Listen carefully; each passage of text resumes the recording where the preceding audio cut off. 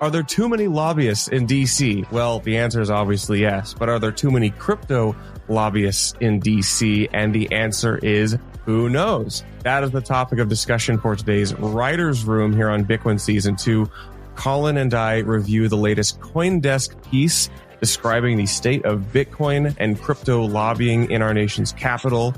We go through the numbers, the names, and the who, what's, and whens, and where do we go from here.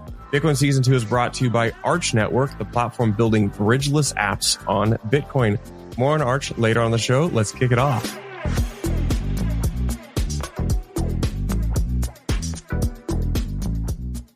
Welcome back to Bitcoin Season 2. This is Charlie and Colin, and we are talking Bitcoin crypto lobbying today. We may actually say the word blockchain today. We might say the word blockchain. We might say the word digital asset. These crypto companies are slowly morphing into lizard people. They are conforming to the natural forms of those in the swamp, and they want a seat at the table. And Charlie had a really good observation about the kind of lobbying efforts that we're seeing now versus what we've seen in the past 16 years as we have a more friendly administration and a more friendly congressional and regulatory environment. Yeah, what I'm seeing, I just mentioned this before we hit go, but really, you can think of it, listener, like this. The past 16 years of Bitcoin and crypto has been us on the defensive. And now what we're seeing is the industry shifting to offensive. We saw crypto broadly raise the most money of any other single issue group in the last election cycle. And we saw that it worked. You saw seats flip all across the country. You saw the first pro-crypto candidate in the White House. And now you see that we've realized that the money actually works. I mean, the funny thing is, we've known that the money worked. It's funny because of all the critics of the state of the state of the state and the state of money in politics, crypto is the most critical of that and the most aware. But it's maybe we didn't take it to heart and realize that we too can influence legislation in our nation. But before I get started, Colin, you want to take a look at this cool cup I got here? Take a look at for the listeners. You're missing out. I am drinking out of an exclusive Strategy, formerly MicroStrategy, solo cup. So I will be flexing this on all future writers' rooms going forward. He is flooding his body with elixirs and BPAs from the Strategy Orange Solo Cup that was, as Charlie said, exclusive to OpNext. And if you were feeling bad about going to OpNext, don't feel that bad. I helped organize the thing, and I also couldn't make it, but I heard very good things. It's very fun to go on social media and to see all of my colleagues get tagged in all of these fun photos while I was at home holding the fort down. But no sour grapes here. Just a little bit of FOMO. No, I mean, speaking of having to watch all the fun from afar, you and I, Colin, don't live in our nation's capital, DC, and we get to watch as all of the crypto lobbyists bumble against each other and vie for who gets to sit the closest to some secondary person in Trump's outer circle at some cocktail hour. So who gets to kiss the ring the hardest? Before we jump into the CoinDesk article that will inform kind of the kernel of today's discussion, I want to share a graph that Charlie just referenced in terms of total fundraising spend by crypto companies. We'll return to this figure later on in the pod, but this shows total campaign contributions to super PACs during different election cycles. And as you can see in 2024, crypto corporations spent a staggering $119 million collectively as a corporation, or collectively as an industry. The bulk of this came from Coinbase and Ripple. Coinbase spent about $50 million. I think Ripple was about $49 million. But you can still see that this pales in comparison to the 2020 or 2022 cycles, where they only spent collectively between those two cycles just under $10 million.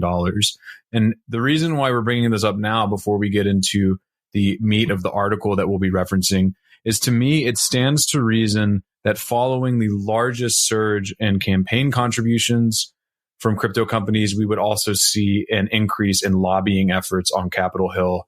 And that's exactly what we're seeing. And I think to Charlie's point, what this really indicates is that now these crypto companies feel like they actually have a voice, whereas before they were completely shut out and had to go survival mode. And there were only a handful of companies, some of them really think tanks rather than lobbyists, pure lobbyists, that were trying to produce research or go on the defensive whenever there was any sort of, kind of disastrous bill. Like the one that comes to mind is the one that Senator Warren was pushing, I think, a few years ago, that would have basically mandated anyone running a node or decentralized software to get a money transmitter license. There were implications for miners and node operators, decentralized companies, decentralized exchanges. Self-hosted wallet narrative. There was this whole thing like you couldn't even. There was this. It was like a 60-day whirlwind. Like, are we even going to be able to self-custody legally any crypto asset? And that didn't materialize. So like that has been the story, is just been threat shows up somehow, various heroes, often unspoken, deflect that. And now it's like we're kind of surprised, because it seems like we as an industry do have an opportunity to lay the groundwork. You see this where like you've got pretty much everybody who's been newly appointed in this administration, and the decision makers at every level are like, yeah, we want to provide clear guidelines for the crypto industry. We think that it's good, and we think it's an emerging sector that needs guidelines for how to grow. And we're like, whoa. Right. So. And I think there are two, at least from where I'm sitting, there are kind of two primary reads here. One is more charitable. The other is uncharitable.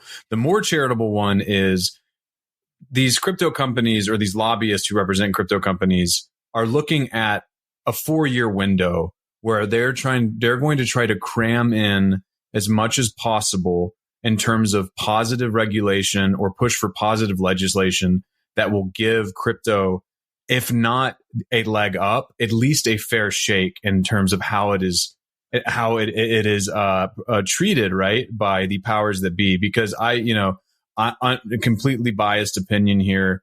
I'm not going to pretend like I am some sort of objective journalist who has my arm's length from these things. I think that generally speaking, Bitcoin mining, the cryptocurrency in general, has been one of the most maligned industries. You don't have to pull punches, Colin. We've covered it. I mean, we've covered choke point 2.0. Yeah. We've covered, a lot of the FUD around Bitcoin mining. I mean, it's just been a constant barrage of negativity and misrepresentations and misinformation of how things actually operate in the industry. Meanwhile, while, potentially disastrous or, actually disastrous actors like Sam Bankman-Fried somehow get like a pass from a lot of these regulators and politicians who are, ostensibly supposed to be protecting retail investors. But we'll cover that later. All of that being said, to wrap up this kind of rambling point, is that, a lot of these lobbyists are probably looking at this and say, we have 4 years to try to make our case for why our industry should at the least not be killed, and at best have legislation and regulation that will help it thrive. That's the charitable read. The uncharitable read is that each of these lobbyists will be representing their respective industries or companies that back them, and they're going to try to build moats, regulatory moats around those companies to entrench their positions in the market. This is regulatory capture. It happens with literally everything. And this is where the dark side of lobbying kind of comes out, right? I was having a conversation with my wife about this a while back, where, we always talk about it would be great if we could get money out of politics. I think most people would agree with that. And I generally agree in terms of campaign contributions and other things that you can buy access and buy influence that maybe isn't the best thing. At the same time, I come from an industry, or work in an industry, that has seen multiple attempts to try to crush it. And so it's hard for me to say that lobbying doesn't have a place, because without lobbyists and without people actually going to the politicians and voicing these concerns and trying to educate, you would have completely ignorant people regulating industries they have no clue about. So there's a balance. And I may jump in and give a little color on what this looks like at the local and regional level. I myself have been active in my home state of Oklahoma. For the international listener, or even the uninformed American listener, that's the state above Texas. And Oklahoma, where the wind comes sweeping across the plain. Yep, that's the waving wheat. I've got my first little taste of this over the past couple of years. And I imagine that what it looks like on a smaller state level, it probably looks about the same with bigger people and more money at the national level. So let's go to the CoinDesk article, Colin. After that meandering introduction. Yeah, which basically states what you and I have already prefaced here. Crypto's moment has seemingly arrived in Washington, D.C., but as new organizations hatch and leadership shifts at the top advocacy organizations, the field of pro-crypto groups is trying to carry the torch is more crowded than ever. No fewer than a dozen groups, including the Digital Chamber, Blockchain Association, and Crypto Council for Innovation, are seeking to steer digital asset policies in the U.S., some of them substantially overlapping in their membership bases, funding sources, and in the goals they're seeking to accomplish. That is a pretty good summary. Like, this only really covers the national organizations, of which there's now a dozen. And you, listener, may like me and Colin, you might get semantic satiation here. That's where you hear a word over and over and it ceases to lose its meaning. While technically these groups, which all have blockchain, crypto, council, institution, they're not all the same, but the words can get really confusing. I think you called it, Colin, the alphabet soup of lobbyist organizations. And that is what it feels like. So I think we can go through like what some of the high level, like some of the notable ones are. And forgive us if we mischaracterize like what the most prominent ones are, because, Colin and I don't spend our time in Washington. So we're not, we don't know where the soft power is located. But one of the oldest ones, and I'll pull this up for us, Colin, is the Digital Chamber. And this is the Digital Chamber. They've been around since 2014, and they're like blockchain agnostic. Many people may recognize the name Perianne Boring. She started many years ago, and now it's run by CEO Cody Carbone, former Ernst & Young guy. But, look at the folks on this. It's a bunch of people who I don't know at all or don't know the names of, who all look like they probably spent some time in the lobbyist trenches and worked their way up to one of the Digital Chamber pro tech lobbyist companies. And that is a pretty common story, I think, for a lot of these organizations. I will make a generalization that it is quite common in my experience, and I think for other people in the industry like me, to look at the lobbyists of these organizations and identify them as pretty clueless about how some of the basic things in blockchains work. They're not really that dialed into industry trends, and they tend to be very blockchain agnostic. So agnostic, in fact, that they can probably barely describe the differences between each one. And that makes it difficult for a Bitcoiner to look at this and say, how do these people even represent me at all? Yeah. And this is an important thing to bring up, I think, in terms of, if you look at, you kind of have a similar problem in the media landscape where, not to throw shade on Blockspace, the Bitcoin industry publication. This actually helps with some of our coverage of mining, though, because you've mined before. Will and I both have worked at mining companies, as have you. All this to be said, in media, you kind of have this problem with industry coverage. Typically, the best people to cover the industry would be the ones who are actually working in the industry. But then they have a conflict of interest, and they also need to run their businesses. So they're not going to go and become a journalist, right? And you kind of have the same problem with something like potentially policy wonks or, lobbyists, right? The people who would really be best to speak to the issues that the companies are facing with regards to regulation and legislation would be the ones running the companies, right? But they're too busy running their companies. So they're not going to take time off to do that, right?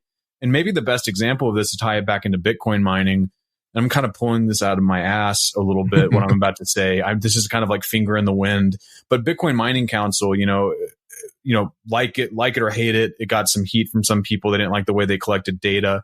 But the fact of the matter is the Bitcoin Mining Council, with Michael Saylor kind of as a ringleader figure in that, at least figurehead, was consisted of a bunch of Bitcoin mining companies that then pulled their data together and published quarterly and annual reports about their energy usage, about the penetration of renewables within their mix, and all of this other data that was helpful for contextualizing what miners actually do and dispelling some of the worries about their carbon footprint for people who care about that, right?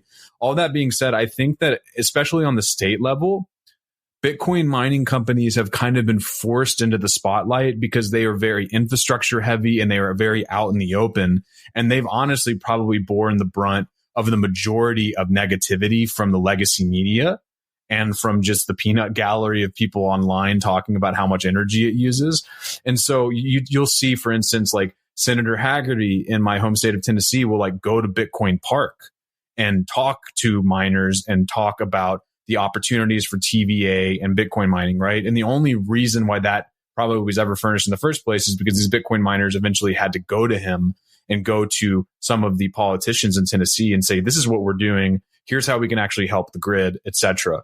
And I feel like you've probably experienced this too in Oklahoma, where some of these Bitcoin miners are kind of forced by nature of their business to go themselves to some of these politicians and lobby on their own benefit rather than outsourcing it to a crypto lobbying company. Yeah, it helps because a lot of the challenges communicating to non-technical, entirely unfamiliar legislators why your industry matters, and also communicate to them that you are a real industry. That's still kind of a challenge. And Bitcoin mining is the easiest to communicate because they can go to one of those sites. Yeah, it is impressive in its size and power. And you can look at real money that is flowing as an economic activity. You can look at people who are actually employed. It's real nuts and bolts, right? Yeah. And you can look at people who are actually employed. You don't have to understand where the revenue is coming from Bitcoin mining. Like you don't need to understand how mining works.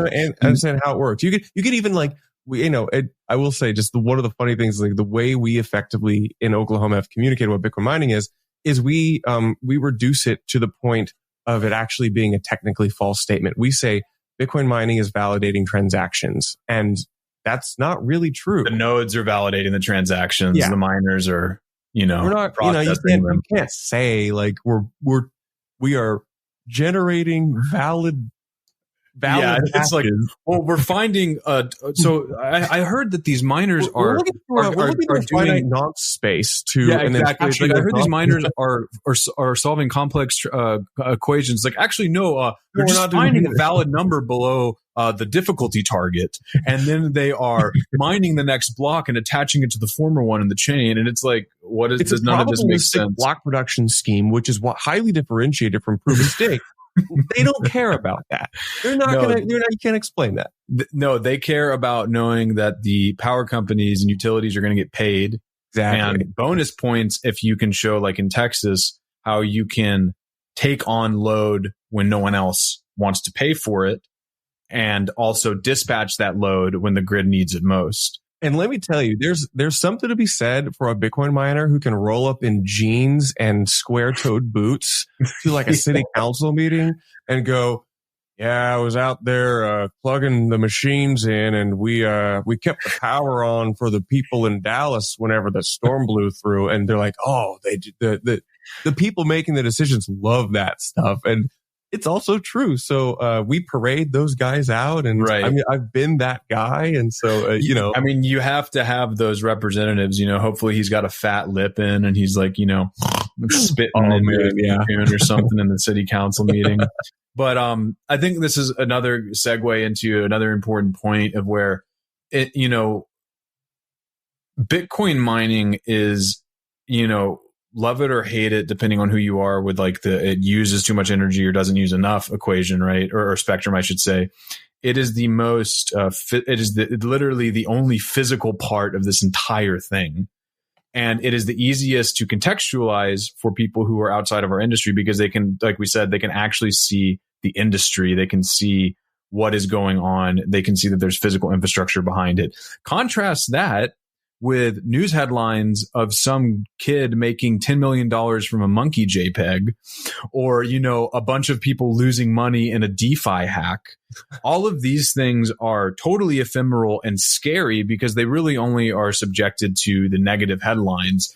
And it's a lot harder to explain to people where the value is in a lot of, and literally everything else when it comes to crypto. With Bitcoin mining, they may not get why miners are buying all of that energy, but they know that they're buying it.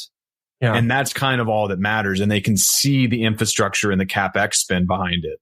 But when it comes to literally everything else in crypto, which is just the realm of cyberspace, it doesn't really make as much sense to them. And I think this plays into, for the first time in this election cycle, crypto actually had a voice and mattered. Whereas in every single other time, like Donald Trump was kind of the first candidate to say, this is a huge voter block that has not gotten a fair shake. Whereas every other politician is like, crypto, why do I care what those people think? Let me tell you about one of the most slept on opportunities in crypto. Arch is building fast, composable DeFi apps on Bitcoin. Arch apps tap into the OG blockchain with by far the most liquidity and best brand in crypto. I've known the team for over a year. The tech they're building is solid, and they are racing towards mainnet. There's DEXs like Saturn, meme coins on FunkyBit.fun, instant loans on Cha-Ching, and so much more. Plus, they're rewarding testnet users. So join me in trying out Arch while it's still early. And so we have like a hydra now sprouting new heads, over a dozen of these nationally focused organizations. And I guess this is a good question that we can riff on. What do lobbyists do? It's a great question. Don't have a good answer, but it involves a lot of emails, a lot of going into legislators' offices, a lot of alcohol and cocktails at night, and a lot of phone calls. So, I'll say let's look at, two ones that I'm pretty familiar with what they do on a daily and weekly basis. The Bitcoin Policy Institute and the Satoshi Action Fund. Now, the Satoshi Action Fund, led by the well-known in Bitcoin world, Dennis Porter, says we're going to look at Bitcoin mining on a local and regional level and advocate for legislation at the state level for Bitcoin mining particularly. And so you'll see them focusing on what's happening at the state level, and they'll send reps to each state and they'll try to work to get policies. They'll promote their own policies. And that means that they're going and meeting with senators, local or local organizations, local businesses, local miners to try to advocate for these and develop plans by state. The Bitcoin Policy Institute is kind of more like a Bitcoin think tank. The Bitcoin Policy Institute is probably one of if you've read a report on why Bitcoin mining is not bad for the environment or why Bitcoin is valuable at all, written for the average person who is a voter, there's a good chance it came from the Bitcoin Policy Institute. So they hire a lot of professors and researchers, and they do a lot of public discourse, and they'll bring in fellows. And that's those are two different models for at least of ones that I'm familiar with that I know are real lobbyist organizations. Yeah, and I think that two important distinctions here: the state versus national level. To your point, Satoshi Action Fund very much focused on pushing through some of these state level Bitcoin mining bills. Right to Mine was a huge one, right? I think they had a hand in. They helped us do it in Oklahoma. It was a great one, foundational legislation. Yeah, and on the national side, the Bitcoin Policy Institute, which is more of a think tank, they've produced pieces on how a strategic Bitcoin reserve would look like on the federal level, right? They were the first, as far as I could tell, some of the first Bitcoin native voices to talk about how President Trump could theoretically use the Exchange Stabilization Fund that was established under the Roosevelt administration, FDR, to basically act as a lever for the dollar's, strength against other currencies. The Exchange Stabilization Fund allows the federal government to buy and sell or act in the Forex markets on behalf of the dollar and things like that. And the other important distinction there is the kind of the think tank, right, angle. I mean, I'm sure Bitcoin Policy Institute does take meetings and maybe helps or is trying to push for legislation on the national front. But think tanks generally will produce research that is then used by other lobbyists or other industry actors to make their case to the regulators and politicians, right? They are kind of the soft hand of power in this instance for lobbying versus the hard hand where you're actually trying to push for legislation or lobby for certain, lobby for certain stipulations within bills and things like that.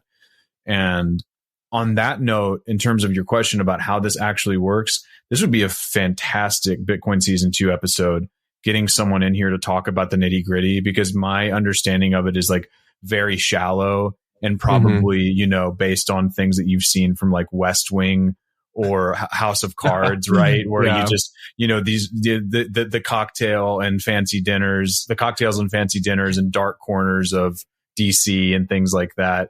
Yeah, a couple anecdotes on like what it looks like in Oklahoma. So I'm on the board of the Oklahoma Bitcoin Association, which is a 501c6, which is a not-for-profit, but it's not a non-profit. So it's not tax deductible. It's a merchants or business association equivalent. And you see 501c6s like ours in many states. And we're trying to be crypto agnostic, but very clearly pro-Bitcoin. In the types of legislation we promote. What does it look like? Well, first of all, you have to have someone to sponsor a bill. So you have to have a member of the House or Senate say, here's the bill and the draft of the bill. I like this. I'm going to put my name on it and I'm going to advocate it as it goes through this particular part of the legislature. And so then there can be meetings and committees before you get to a vote, and then that bill has to get approved to get onto the floor. And a lot of that happens in going and spending a lot of face time with the important people whose votes matter. It means you have to put together informational material. It means you have to have messaging consistent. It means if your industry has a lot of infighting, you have to figure out how to get all those people aligned before that.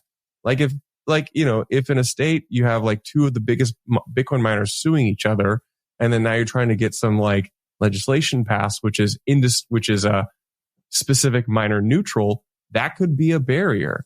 So you got to get a lot of like clear, consistent messaging, because you've got sometimes 20 seconds, maybe 20 minutes if you're lucky, of FaceTime with these people.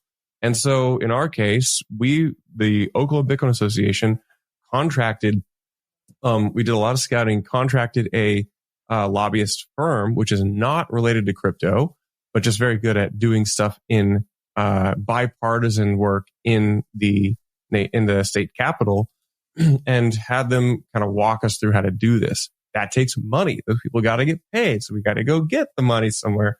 Sometimes we do it. Sometimes we just pay them ourselves.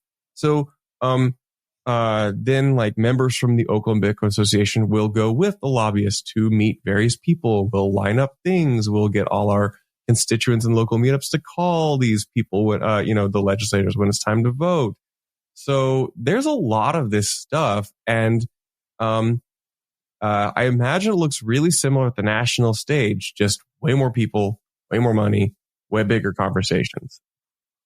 Yeah.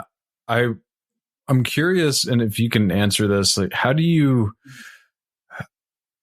butter up a politician to get them to even care? I mean, obviously this is the art of the whole lobbying, right? The whole lobbying endeavor, right, is finding the opportunities and weighing what's realistic and what isn't, right? There's probably a bunch of different ways. I've gotten to see a little bit of this. You have to be very, very good at communicating what you do and being very affable as a personality. It benefits the somewhat sociopathic extroverts.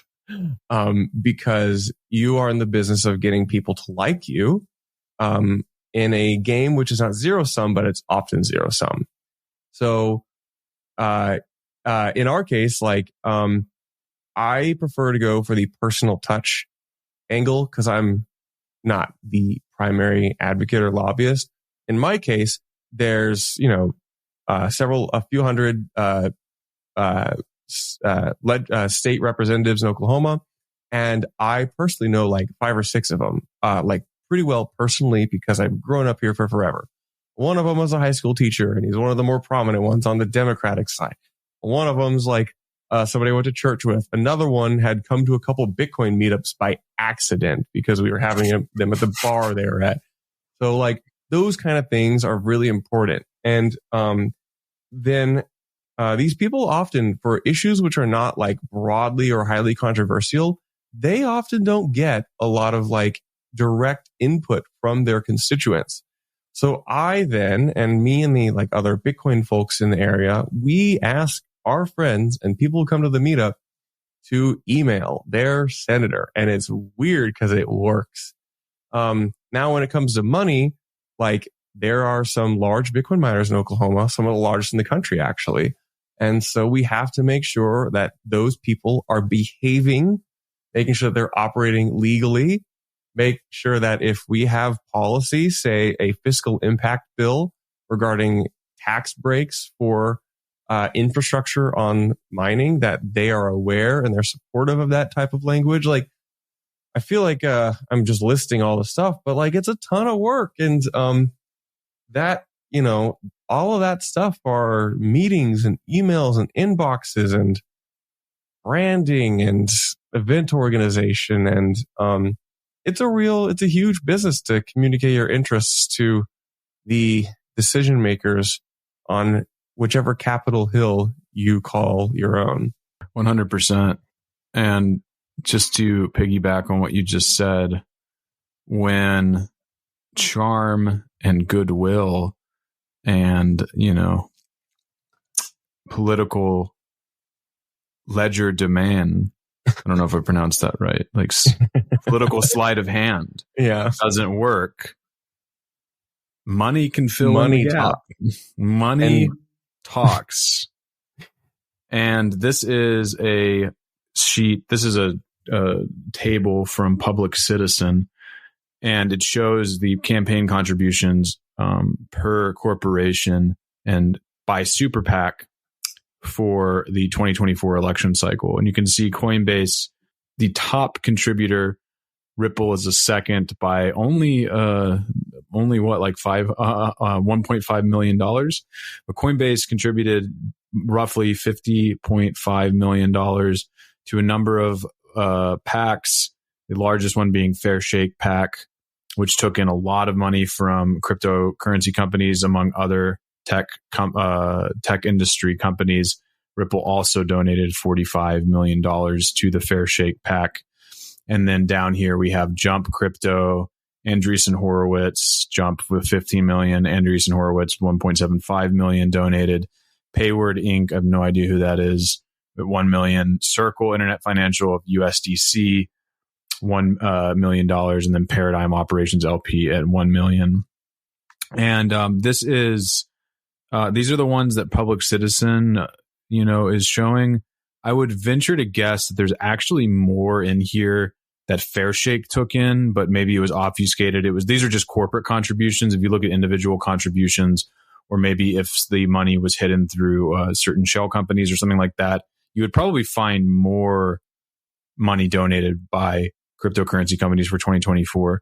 But all this being said, with regards to trying to influence, right? One of the things that I've seen bubble up on X, and I should probably have read up on this more before I say what I'm about to say, but some people were starting to rumble that Circle with Coinbase is lobbying for USDC to get privileged status in the stablecoin realm versus USDT, right? So USDT by Tether is indisputably the largest stablecoin in circulation. I mean, last I checked, what was it? It was 800 billion in circulation? But it makes sense. I mean, these are stablecoins are like the big business. We talked about it previously on this podcast on President Trump. What is it? President Trump salutes the dollar. Yeah. What was the name of the title? Whatever that episode was. President Trump pledges allegiance to stablecoins. Yeah, also, exactly. I'm highly regarded for saying 800 billion. It's like 1.44 billion, which is still crazy for Tether. Yeah. But if you look at this is big business, so like this is like one of the not maybe not zero sum, but it's low sum like competition here with stablecoins. Yeah, and if you look at USDC's market cap, it's still pretty high.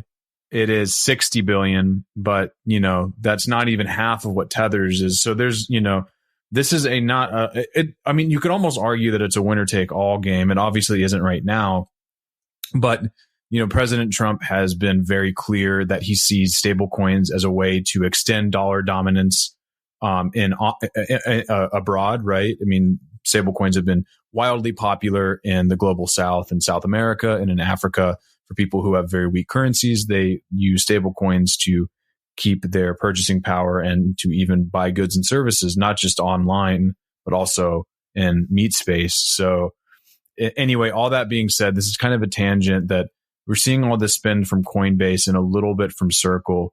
It'll be interesting, going back to what I said earlier, what regulatory moats are they going to try to carve out from this, right? I'm not one to like go and say like Coinbase is like the most evil company to ever grace crypto or Bitcoin, right? I'm not one of those Bitcoin maximalists, but I do think that there is an important, or how to say, it's like there is a consideration that when you're one of the most powerful companies in the game, you're going to try to protect your interests, and they've put a lot of their backing behind Circle to try to be the dominant stablecoin, and to think they won't try to pull levers to secure that is maybe naive. Yeah, I'll point out that if you remember, Coinbase was behind the Stand with Crypto initiative, and that was one of the few like rallying cries for our industry, for the plebs. I don't even know if I'll call it plebs, but just for retail. They set up a whole like pipeline for you to like, if you own crypto and you look into Coinbase, they will be like, they'll hand feed you like, here's what you should do. Here's who you call if you live in, New Mexico. And they rated all of the candidates and people as like, where they fall along the pro anti-crypto spectrum. And it's been huge. And then Coinbase has been the company leading the charge for like pro crypto legislation. And they've been pretty good at it so far. I don't want to be too apologetic because Coinbase did just have some very, very shady, for the 100th time, shenanigans yesterday with their like meme coin thing. I don't know if you saw that. Yeah, the base thing. We covered it on the mining pod for the Cry Corner this week. Oh man. Yeah. The base meme coin rug. But when the alternative, when the other people giving just as much money are Ripple, then it's pretty clear who the less bad or the less the less shitty company between the two is. I mean, Ripple is a great example of how, and we can talk on this. Ripple's a great example of a company who has a lot of money, who has advocated a lot for finger quotes crypto, and it's gone awry. We've joked about them here on this podcast before, but not this, maybe calling back to the original title of this episode about too many lobbyists. Lobbyists are not just like lobbying for you. It can be a whole messy, often antagonistic stuff they lobby for. For example, the Greenpeace Ripple co-branded campaign to change Bitcoin's code. So for those who don't know this, and I think this dollar figure is correct, Ripple donated like 3 million, right, to Greenpeace, which like in the grand scheme of things is not that much money, but they donated, a few $1 million to Greenpeace to create this, really, you could call it an astroturfing campaign, because they like tried to make it seem like there was organic, interest behind this. for this campaign to, quote, change Bitcoin's code because of Bitcoin mining, saying it was polluting everything and it's dirty and it uses too much energy.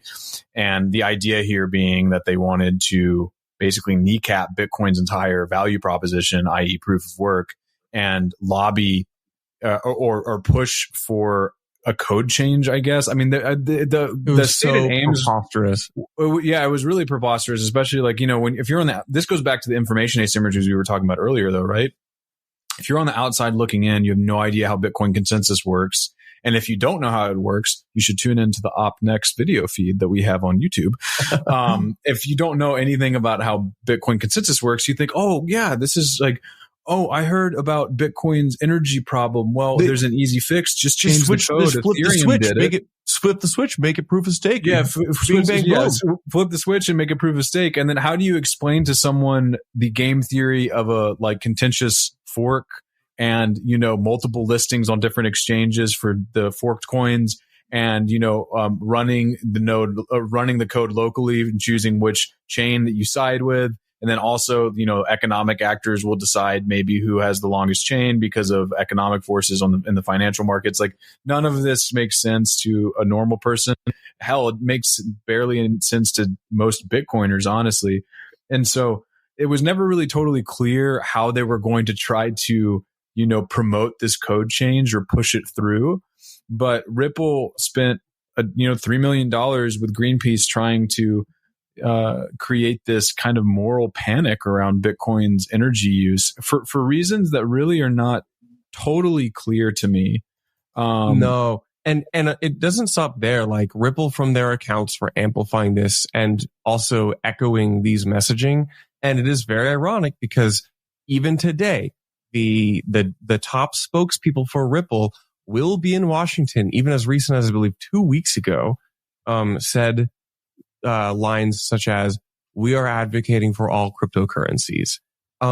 Bullshit. That's not true. It's very clear you're advocating specifically for crypto, which is, cause there are these like blockchain specific, advocacy organizations like the recently created Solana Policy Institute. Now, I don't think the Solana Policy Institute has had much time to really like get off the ground and demonstrate what their goals or incentives are, but like you don't really see as much as the Ethereum Foundation, as it's the subject of speculation and conspiracy, maybe for good reason, from Bitcoiners, there's not as clear of a hostility towards Bitcoin. They are comparatively neutral and just focused on their chain, which I get why people don't like the Ethereum Foundation and the Bitcoin camp. Obviously, the way that they've handled, Ethereum is a dumpster fire right now. And a lot of that has to deal with these like kind of overly engineered fixes that have been pushed through the Ethereum Foundation. But to your point, Charlie, Bitcoin and Ethereum have always had this like kind of hostile rivalry, almost in the same way that you would see from like a college football team. Yeah. But there's never been a serious effort by the Ethereum Foundation to try to undermine Bitcoin from the inside or anything like that, right? Yeah. And obviously there have been people who said Bitcoin should do this from the Ethereum Foundation. They have tried to sell Ethereum as better Bitcoin. You can make a case that is trying to undermine it, but they have never done anything as openly hostile as Ripple. And just to kind of spend a minute on some invective for Ripple, the fact that this company still has any relevance when it is the most irrelevant, useless piece of garbage, perpetual, IPO crypto asset that, was like, by all definitions of security, but somehow has evaded being prosecuted as one. I think they paid some fines to the SEC. And the fact that their team are still actively attacking Bitcoin is just insane. It's like this like little man complex or something. It's like you had grand goals for what you're going to accomplish and you still can't do anything. Strangely enough, though, like I'm mystified by this. They still hold so much mind share with passive investors in cryptocurrencies that see them as this kind of, banker's coin that's going to be used for bank settlements, which to me, it just shows either like an amazing level of marketing from their end or just like complete ignorance from the people who are investing in this stuff who aren't paying attention. But and that goes back to what we were saying at the beginning. Like, you can have folks who are in the industry, because we live in the eternal September of customer and retail onboarding. You can resurrect the same narrative every few years and sell it to the same people. And Ripple is doing that. So if you're listening to this and you made it 45 minutes into this, and you think, oh, Brad Garlinghouse and the Ripple gang, they've got my best interest in mind.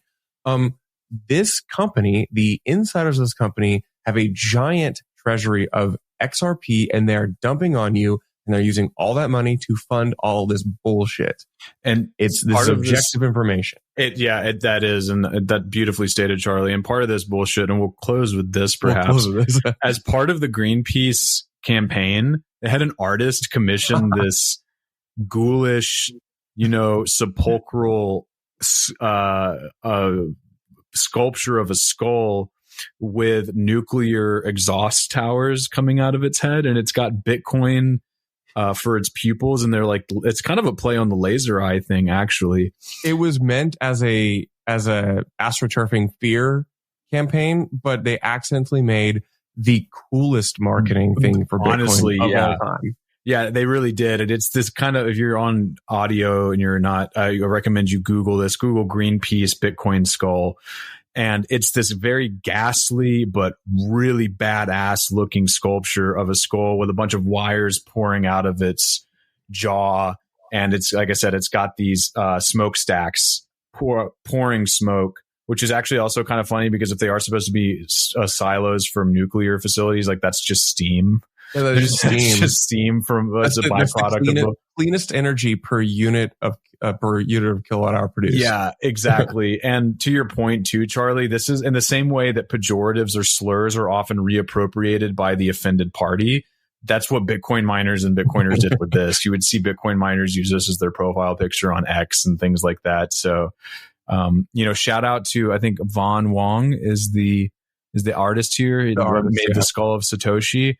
I'm sure he was happy to get a payday. I'm not really mad at him. I just think that this is hilarious that this did the exact opposite. It just actually made Bitcoin mining look kind of cool and metal, rather than this big scary thing that people don't understand. So to resolve, to tie all this back in, are there too many crypto lobbyists in Washington? And I do not think there are yet. There will be too many someday, but now we can enjoy an era of finally getting ours, and we can pay for the mistakes we make today somewhere down in the future. We'll issue a token to patch over those holes somewhere in the distant future. Spoken like someone with a truly high time preference. Exactly. Shorten your time preference, Colin, to 4 years. None of these decades and generational thinking. We're policy wonks. We've got 4 years, and we're gonna milk it, baby. And with that, thank you all so much for listening to Bitcoin Season 2. Oh yeah, Colin, you and I always have that one gag we do. What's the gag that we do at the end of each episode? Oh yeah, it's that one where we...